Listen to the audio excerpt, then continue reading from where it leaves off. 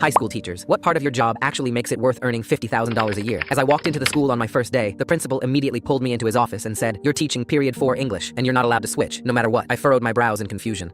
Okay, thanks I guess. Ha ha ha, the principal interrupted me by laughing. "Don't thank me yet, pal. You're getting the lowest performing class in the entire New York City district. 3 teachers have quit because of them in the last year." I just nodded and walked into that classroom with high hopes. But as I looked around, my eyes widened. 2 kids were vaping, and it wasn't even the flavors that smelled good. There were 3 kids playing Not Like Us by Kendrick Lamar on their Androids, and even singing the hard R. I could barely hear myself think. "Hello!" I yelled, trying to assert my dominance. The class didn't laugh at me. They didn't even look in my direction. It's like I wasn't even there, and I was trying every trick in the book. I announced, "I'm going to call every one of your parents if you don't sit still and pay attention." One of them just pointed and laughed. "Nice try, old head, but our parents are all either dead or out doing drugs. They DGF about us." I felt my heart hurt when he said that. The other teachers didn't help. One guy in the staff room clapped my back and said, "Those kids are a lost cause. You should just quit and find another job." And every time I'd hear stuff like that, I was too scared to tell them what I thought. That I thought every kid deserved a chance. In the second week, I tried a different approach. I came in with a fat bag of candy. I held it in my hands, and that time when I walked in, for the first time ever, the students actually acknowledged my presence. "Okay, listen up," I said, in a tone that showed I wasn't playing games anymore. "Every time one of you answers a question or participates, I'll toss you a piece of candy." For 5 sweet seconds, the room went silent. For 5 seconds, I actually thought it was working. I'd gotten through to them. They weren't going to end up as a statistic. But as soon as the 5 seconds ended, so did my happiness, because that's when Terrence stood up. "Aight, bruh, you're not fooling anyone." Before I could react, he ran towards me and grabbed the candy. His face was so close to mine that he was spitting in my face. "You should just give up on us. We were already disappointed by one adult in our lives. We don't need a second like you coming round to disappoint us too." I gulped down hard, desperately trying not to look scared. He grabbed the candy and went back to his desk, and the room exploded into noise like always. I was back to square one, but I still wasn't giving up. I couldn't, not yet. When I got home that night, I spent hours doom scrolling through TikTok for the answer. And after 3 hours, I finally found it. It was perfect. I woke up early the next morning to buy what I wanted to bring to the school. It was heavy, and I was scared to lift it into my car. But as I pulled up into school with it, I felt a chaotic excitement fill my veins. I set it up in the classroom before the students all came in. And that's how, at 8 a.m. on a Monday morning, my students all walked into the classroom to see me sitting behind a tray of 70 mini chocolate milk cartons. When they sat down, they were begging me to explain what was going on. So I did. "For every minute you stay quiet and let me teach, I drink one. If you talk even once in the minute, I don't drink one. If you stay quiet long enough, I'll probably vomit." They thought it was hilarious. For one glorious day, they actually stayed quiet just to watch me chug chocolate milk like my life depended on it. I drank 14 cartons. I felt sick, but they listened. Then the next morning, everything went right back to chaos. By that point, I was just sick of everything. I sat on the edge of my desk and asked them a question no teacher had ever asked them before. "What do you actually want to learn in school?" The room went dead silent from shock. They had never been asked that before. So I asked again. "Seriously, what do you want? From school? From life? From anything? What do you actually want?" Then Terrence, the kid who'd stolen the candy from me, spoke. Nobody ever asked us that before. Suddenly, tears were streaming down his face. "Teachers just tell us we're stupid and give up. Nobody asks what we want." Another student started talking about how she wanted to be a nurse, but everyone told her she wasn't smart enough. Another kid named Jerome said he wanted to go to college, but didn't know how applications worked. One by one, they started sharing dreams they'd never told anyone. When it was finally time to go home, I felt accomplished. And the next morning, I walked into that classroom with my lesson plan ready and my heart full of hope. But when I opened the door, the room was empty. Every single desk was cleared out. The secretary looked at me with pity in her eyes and said, "Didn't anyone tell you? The district restructured over the weekend. Those students got redistributed to different schools across the borough. I hope they're doing okay."